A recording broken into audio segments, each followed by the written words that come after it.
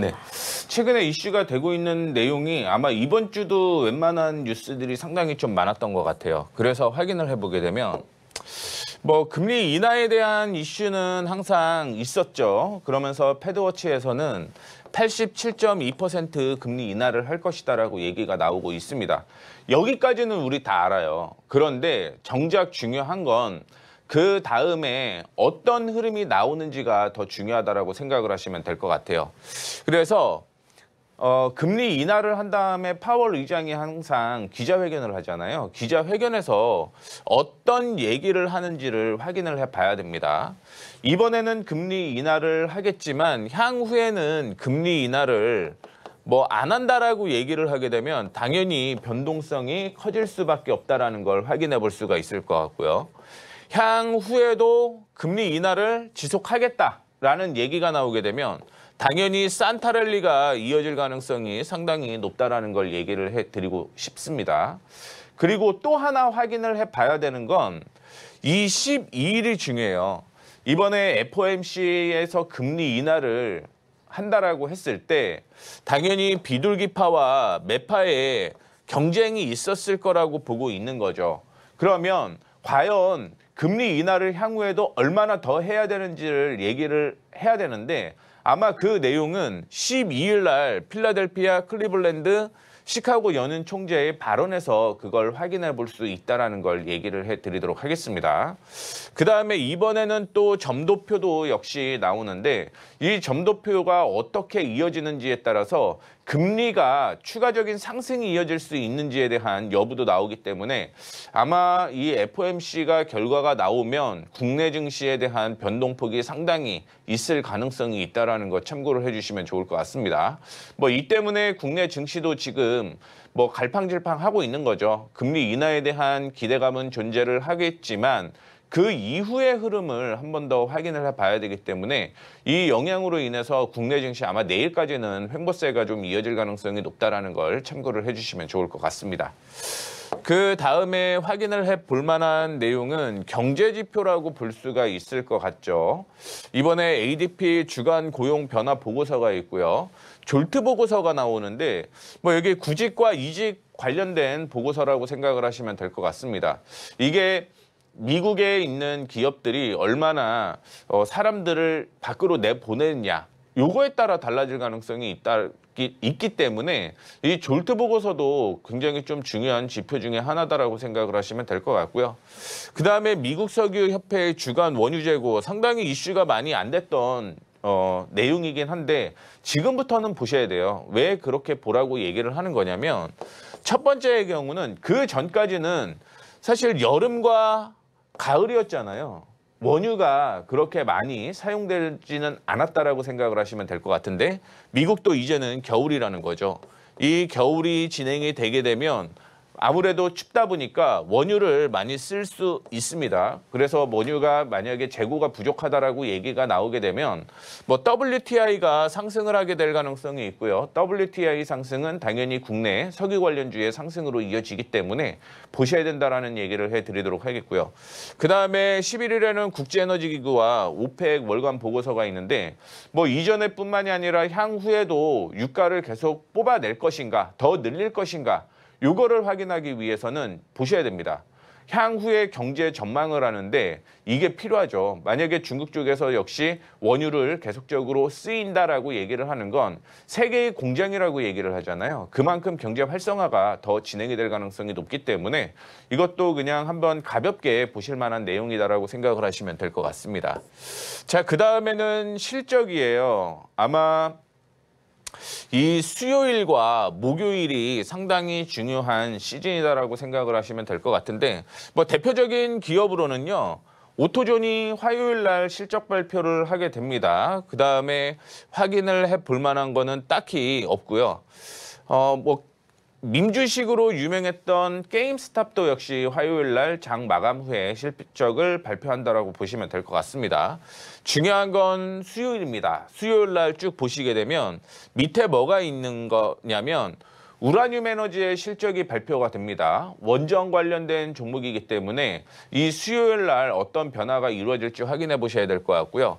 가장 중요한 건 오라클, 어도비, 시놉시스 이 이슈겠죠. 다들 아시다시피 수요일과 목요일 날 브로드컴도 얘기가 나오고 코스트코도 얘기가 나오는데 브로드컴과 오클로가 아마 지난주에 굉장히 많은 이슈가 있었던 종목 중에 하나다라고 생각을 하시면 될 것 같습니다. 오라클이 하락을 했던 건 CDS 프리미엄이 많이 올라갔다라는 것 때문에 주가가 하락을 했죠.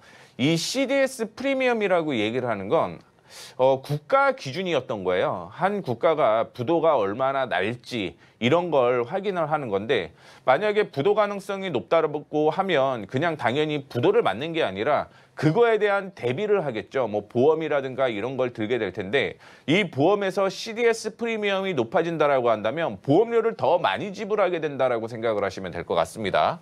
참고로 9월 달에 오라클의 경우는 전환사채를 발행을 했어요. 전환사채를 발행을 해서 이게 지금 AI에 투자를 한다라고 얘기를 했죠. 그런 만큼 이 전환사채를 발행을 했다라는 건 부채가 늘어난다라는 개념으로 해석을 했기 때문에 오라클이 좋지는 않았는데 뭐 이번에 수주 측면으로 보게 되면 크게 악재는 아닐 가능성이 있다라고 생각을 하시면 될 것 같고요. 그 다음에 시놉시스를 확인을 해보게 되면 이게 에이직 반도체를 만드는 거예요. 에이직 반도체. 주문형 반도체를 만드는 거죠. 우리 브로드컴이 이슈가 됐던 게 NPU잖아요. TPU잖아요. TPU가 주문형 반도체인 거예요. 엔비디아의 GPU처럼 수많은 게 포함이 되어 있는 게 아니라 특정 요소에 강점을 갖고 있는 그런 반도체를 만들겠다라고 하는 게 이 주문형 반도체 에이직이라고 생각을 하시면 될 것 같은데 그러면 시놉시스에 대한 이슈가 나오게 되면 에이직 반도체 관련된 종목들 그다음에 시스템 반도체들이 상승 여력이 있다라고 생각을 하시면 될 것 같고요. 자, 마지막으로 브로드컴을 얘기를 해드리는 건 브로드컴엔 무슨 얘기를 하냐면 AI의 선행 지표라고 얘기를 합니다. 공장을 많이 건설을 해 놓기 때문에 얼마나 수주가 많이 들어왔느냐에 따라서 AI 버블에 대한 논란이 있을 가능성이 있고 뭐 하나 정도 더 본다라고 한다면 코스트코 정도는 볼 수가 있겠죠. 미국의 소비 지표를 확인을 할 수 있는 지표이기 때문에 이 코스트코까지만 확인을 해보시면 된다는 거 말씀을 해드리도록 하겠습니다. 그래서 그 내용이 이렇게 좀 포함이 되어 있다라고 생각을 하시면 될 것 같고요. 국내 이슈로 보게 되면 이번 주가 국회 본회의가 열립니다. 상법 개정안 이번에 올해 안에 처리하겠다라고 얘기가 나오고 있는 만큼 상법 개정안에 대한 이슈가 있다라고 생각을 하시면 될 것 같고요. 일반적으로 4분기에는 빅베스라고 얘기를 하죠. 대규모의 손실이 반영된 걸 회계로만 정리를 하는 그런 측면이 있습니다. 그러면 몇 년 동안 적자인 회사들의 경우는 이 손실을 한 번에 빅베스로 털어내는 경우가 존재를 하고 있기 때문에 몇 년 동안 적자였던 그런 회사들의 경우는 한순간 급락이 나올 수도 있다는 걸 체크를 해주시면 좋을 것 같습니다. 그래서 실적주 위주로 매매를 하는 게 좋다라는 말씀을 드리도록 할게요. 그리고 뭐 앞서 말씀을 해드렸지만 혹시 못 보신 분들을 위해서 다시 한번 언급을 해드리자면 뭐 지난번까지는 제가 여러분들한테 언급을 해드렸던 종목이 26년에 실적이 급증하는 종목이에요. 뭐 2025년 대비 5배, 10배 이렇게 당기순이익이 급증하는 종목을 드렸다라고 하면 이번에는 기법으로 제가 떠오르는 태양 지표 이렇게 해갖고 기법 자료를 준비를 했다라고 보시면 될 것 같습니다. 제가 뭐 그냥 이게 좋아요가 아니라 정확한 수치를 분석을 했어요. 코스피 코스닥에서요 500개 종목을 제가 다 확인을 해봤습니다. 어디가 저가고 어디가 고가고 턴은 언제 진행이 되는지를 500개 종목을 다 수치화 시킨 내용이었고요. 그렇기 때문에 아마 국내에서 가장 잘 맞는 지표가 되지 않을까 이렇게 보고 있습니다. 뭐 아시다시피 지표 혹은 기법이라는 게 미국에서 넘어온 걸 그대로 쓰고 있잖아요. 근데 현실에 맞는 한국에 맞는 그런 지표를 다시 한번 우리는 구해볼 필요가 있는 거죠. 그 지표를 분석을 정확하게 해서 포함을 했다라는 거 말씀을 해드리도록 할 테니까 아래 보시게 되면 공부방 들어오시는 방법이 있습니다. 공부방 들어오셔갖고 어떤 지표인지 확인을 하시고요. 무료로 여러분들께 나눠드리도록 할 테니까 공부방 들어오셔서 신청하시면 될 것 같습니다.